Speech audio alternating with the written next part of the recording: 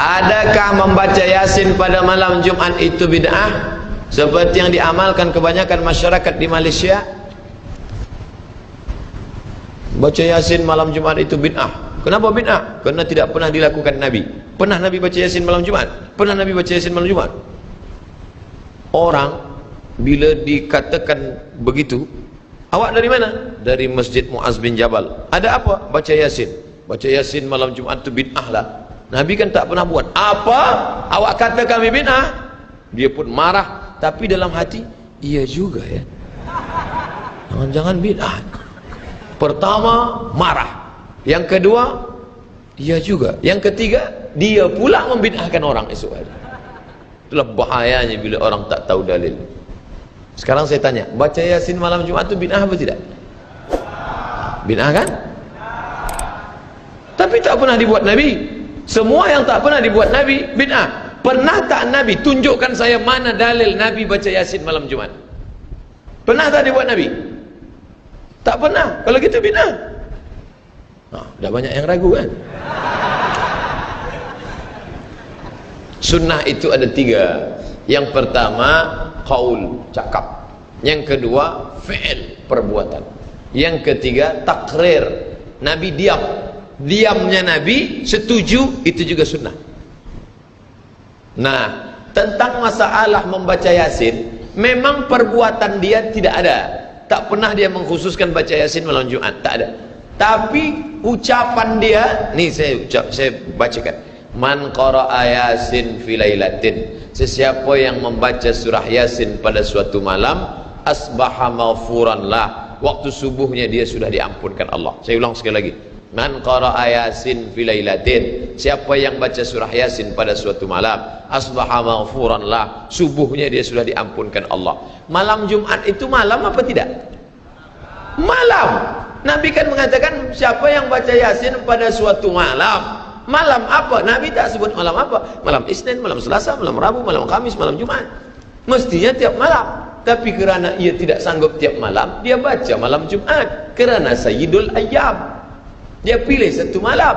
Malam Jumat itu juga termasuk dalam malam yang am. Nabi sebut lailatin, malam bebas. Malam apa saja terserah. Dia pilih malam Jumat kerana keutamaan malam Jumat. Yang paling elok tiap malam. Tak sanggup tiap malam, malam Jumat. Malam Jumat pun tak baca innalillahi wa inna ilaihi raji'un. Lalu orang mengatakan Abdul Somad menyebarkan hadis palsu. Itu hadis tentang baca surat Yasin, hadis palsu. La ilaha illallah. Bukalah tafsir Ibnu Katsir, tuan. Nama penulisnya Imam Abul Fida Ismail Ibnu Katsir, ahli tafsir, ahli hadis. Dalam mukaddimah surat Yasin, man qara'a Yasin fi lailatin, siapa yang baca Yasin pada suatu malam, asbaha maghfuran lah, subuhnya dia diampunkan Allah. Isnaduhu jayyid, sanadnya jayyid. Itu Imam Ibnu Katsir. Awak lebih faham daripada Imam Ibnu Katsir. Dia imam, hampir derajat mujtahid, kitabnya besar-besar. Al-Bidayah wan Nihayah Ibnu Katsir, At-Tafsir Quranil Azim Ibnu Katsir. Dia katakan itu tidak hadis dhaif, tapi hadis sanadnya jayyid, layak diamalkan, baik. Ya, sila baca surat Yasin. Tapi membacanya mengapa beramai-ramai? Yasin beramai-ramai. Apa kata Imam Ibnu Taimiyah? Wa qiraatul idarah. Qiraatul idarah, membaca bersama-sama, la ba'sa bi, la tidak, ba'sa apa-apa, la ba'sa tidak apa-apa. Boleh apa tak boleh? Boleh, la ba'sa tidak apa-apa. Kata Imam Nawawi, membaca Quran bersama-sama itu hukumnya mustahab, dianjurkan, membangkitkan semangat. Dia baca sendiri tak semangat, dia baca bersama, Yasin wal Qur'anil Hakim innaka laminal mursalin, bangkit semangat, pergi hantu setan juga baca Yasin bersama. Tapi kata Imam Al-Buhuti, kalau tak sama bacaannya makruh. Ini Johan musabaqah tilawatil Quran, hebat bacaan. Yang ini tak pandai baca. Tapi manakala baca bersama, kita tak boleh bezakan, semua pandai. Padahal bila disuruh satu-satu, lain bunyi. Maka yang tak pandai, perbaikilah bacaan. Karena bila dibaca bersama makruh, sebab ada yang membaca tak bersuara sama sekali. Nah, oleh sebab itu baca pelan-pelan.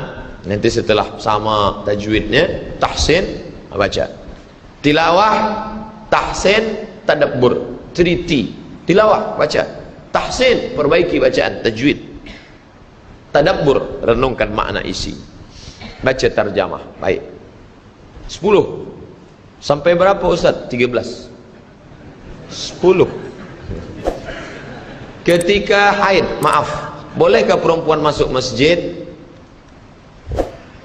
Perempuan haid tidak boleh memegang Quran, membawa Quran, membaca Quran, iktikaf, tawaf, solat, puasa, tak boleh. Mana kitabnya? Al-Fiqhul Islami wa Adillatuh Syekh Wahbah Zuhaili. Itu yang saya pakai. Bila ada ustaz lain mengatakan boleh, berarti dia ada dalil. Saya pakai yang tak boleh. Kenapa ustaz pakai tak boleh? Saya pegang dalil kuat yang tak boleh. Ini mimbar Nabi, ini mihrab tempat Nabi jadi imam, rumah Nabi di sebelah kiri. Nabi sedang iktikaf, Nabi datang ke pintu rumahnya. Rumah dia di samping, itulah makam Nabi sekarang. Kerana Nabi waktu dia meninggal, langsung saja terus digali, dimakamkan di kamar Aisyah. Ya Aisyah, Nabi panggil, ya Umairah, ya nawilinil khumrah, tolong ambilkan kain khumrah, ambilkan aku kain. Aisyah datang membawa kain. Aisyah tidak masuk ke dalam, Nabi tidak keluar. Kenapa Nabi tidak keluar? Dia takut iktikafnya batal. Kenapa Aisyah tidak masuk ke dalam? Aisyah takut masuk ke dalam karena dia sedang dalam keadaan haid. Lalu apa kata Nabi? Ulurkan saja tanganmu ke dalam. Kenapa? Karena tanganmu tidak haid, tapi badannya tetap berada di luar. Itu menunjukkan perempuan haid tak masuk masjid. Sampai mana had-had batas masjid yang boleh dilalui? Apakah bilik-bilik dalam masjid termasuk dari masjid? Ada orang yang berpemahaman semua yang di bawah atap masjid adalah masjid. Jika semua yang berada di bawah atap masjid adalah masjid, maka semua yang berada di atas dosa besar. Kenapa? Karena maaf, buang air kecil, kencing dalam masjid, di atas ada toilet, dan dia masih di bawah atap masjid. Maka yang dimaksud dengan masjid bukan semua yang di bawah atap masjid, tapi yang biasa dipakai untuk sholat.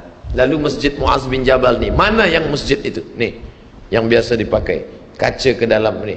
Adapun itu balkona kata orang Mesir, teras, itu di luar adalah memang biasa masjid dulu, masjid-masjid Sultan Melayu zaman dulu memang sengaja dibuat macam itu kerana gunanya untuk maaf untuk perempuan yang sedang uzur dalam keadaan halangan.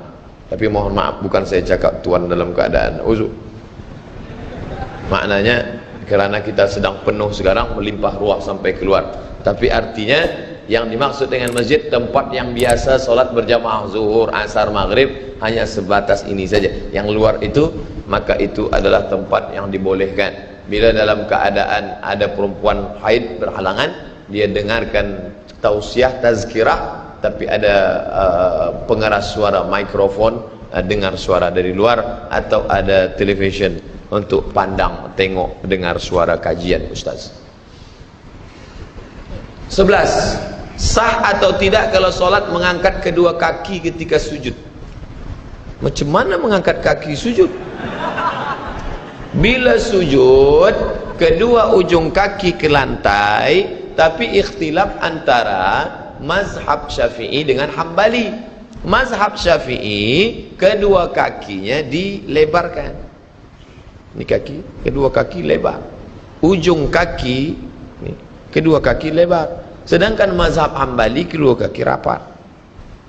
Mazhab Syafi'i kedua kaki lebar. Nanti bila ada, nanti ustaz mengatakan bila sujud kedua kaki rapatkan, itu Hambali. Sedangkan mazhab Syafi'i kedua kaki jarangkan. Karena waktu tegak kaki jarang, waktu rukuk juga jarang, waktu sujud pun dijarangkan. Nah ini, kaki turun ke bawah. Tiba-tiba masa kepala dia turun, naik kakinya ke atas. Kenapa dia angkat? Kalau dia berkeyakinan, berpemahaman bahawa perbuatan ini diajarkan Nabi, masuk dalam perbuatan bid'ah karena tak ada dalil sama sekali. Dia sedang membuat suatu amalan.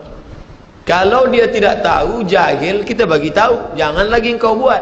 Kenapa engkau angkat? Kaki engkau mestilah turun ke bawah dan menghadap kiblat. Itu. Apakah batal? Tidak, tak batal. 13. Mana 12? Begitu ditulis langsung 13. Terakhir, apa pendapat Ustaz kencing berdiri? Adakah hadis menyebut Nabi kencing berdiri? Ada. Bagaimana kami temukan hadis itu? Buka program pencari hadis, searching, tulis di search Subatoh, sin ba alif po ta, Subatoh. Nanti dapat hadis dalam Sahih Bukhari, Nabi kencing di Subatoh. Subatoh tempat buang sampah. Waktu itu darurat, tak ada tempat. Nabi kencing Subatoh. Itulah satu-satunya hadis menunjukkan kencing berdiri. Nanti bila ada orang berhujjah dengan itu, boleh kata dia. Tidak boleh, kerana hadis itu dalam keadaan darurat. Adapun dalam keadaan tidak darurat, bukan emergensi, maka tetap dia tetap apa bahasa Malaysia, cangkung, jongkok ke bawah. Kenapa? Karena air kalau dia tumpah dalam keadaan tegak, dia tak habis. Tapi kalau dalam keadaan cangkung ke bawah, maka habis. Kalau dia tak habis, maka menggumpal menjadi batu, menjadi penyakit, maka habiskan. Maka Nabi SAW habis. Lalu makna lain juga, bika tegak, air jatuh ke bawah, memercik, sehingga air percikannya naik ke kaki, naik ke kain, menimbulkan waswasah. Oleh sebab itu maka kita ikutkan sunnah Nabi SAW. Mazhab Maliki mengatakan tegak itu makruh, tak sampai pada haram. Itulah tajuk kaji kita malam ini. Mudah-mudahan ada manfaatnya. Lebih kurang dari mulai pukul 9, sekarang pukul 10.35, 40, lebih kurang 100 minit saya sampaikan tazkirah malam ini. Mudah-mudahan menjadi amal soleh buat kita semua insyaAllah. على هذه النية الفاتحة. أعوذ بالله من الشيطان الرجيم. بسم الله الرحمن الرحيم. الحمد لله رب العالمين الرحمن الرحيم مالك يوم الدين. إياك نعبد وإياك نستعين اهدنا الصراط المستقيم صراط الذين أنعمت عليهم غير المغضوب عليهم ولا الضالين آمين. اللهم إنا نسألك سلامة في الدين. Berikan kami keselamatan dalam agama, akidah kami ya Allah. Wa afiatan fil jasad, sehatkan badan kami. Wa ziyadatan fil ilmi, tambahkan ilmu kami. Wa barakatan fil rizqi, berkahi rezeki kami. Wa taubatan qabla al maut, berikan taubat sebelum mati. Wa rahmatan indal maut, berikan rahmat ketika mati. Wa maghfiratan ba'dal maut, berikan ampunan sesudah mati. Allahumma hawwin alaina fi sakaratil maut, ringankan kami ketika sakratul maut. Wan najata minan nar, selamatkan dari api neraka. Wal afwa indal hisab, maafkan kami ketika amal kami dihisab. Rabbana ighfir lana dzunubana, ampunkan dosa kami. Wali walidina, kedua orang tua kami. Wali masyaikhina, tuan-tuan guru kami. Wali asatizatina, ustaz-ustaz kami. Wali man ahsana ilaina, orang yang sudah pernah berbuat baik pada kami. Wali man hadarana, semua yang hadir di majlis ini keluar dalam keadaan bersih dari dosa-dosanya. Waliman ghaba anna, kawan-kawan sahabat yang tak dapat hadir karena uzur syar'i. Waliman sabaqana, yang sudah mendahului kami. La taj'al fi qulubina ghillan lil ladzina amanu, jangan jadikan ada hasad iri hati kepada saudara kami yang beriman. Allahumma jama'ana ma'a habib Mustafa Muhammad sallallahu alaihi wasallam, satukan kami bersama Nabi Muhammad sallallahu alaihi wasallam. Rabbana atina fid dunya hasanah wa fil akhirati hasanah wa qina adzabannar. Sallallahu ala sayyidina wa maulana Muhammad wa ala alihi wa sahbihi wasallam. Walhamdulillah.